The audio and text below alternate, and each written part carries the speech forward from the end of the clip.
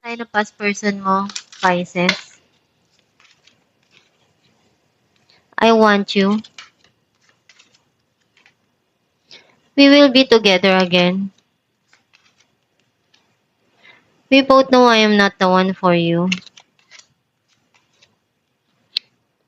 I hid who I really am from you. I am afraid to contact you. I remember every detail of that day. Ang mensahe para sa'yo,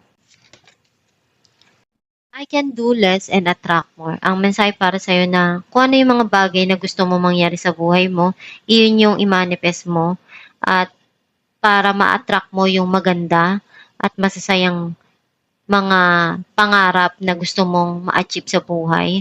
And maging positibo ka lang sa mga